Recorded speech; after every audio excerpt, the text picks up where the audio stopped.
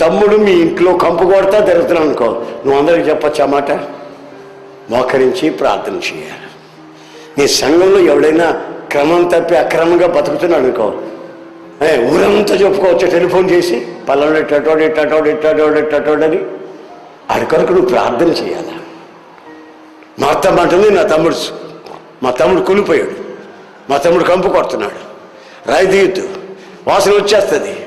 మొదటి రోజు పురుగులు పట్టాడు, రెండో రోజు పొట్ట బగిలింది, మూడో రోజు పురుగులు బయటకు వచ్చాయి, నాలుగో రోజు మొత్తం తినేసింది. ఈరోజు తీస్తానంటున్నారు, అమ్మో ఇక్కడ ఉండలేవు, నా తమ్ముడు కంపు కొడుతున్నాడు. అందుకే బైబిల్ అంటుంది, సహోదర ప్రేమ నిలవరముగా నిలిచి ఉండనివ్వుడి.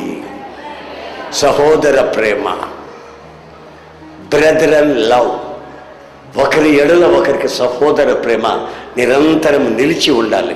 ఒకరినొకరు కించపరుచుకుని అవమానపరుచుకునే స్థితికి మార్చబడితే మన బ్రతుకే కాదు కదా, మన మన మన మన జీవితమే కంపు కొట్టుపోయే ప్రమాదం ఉంది.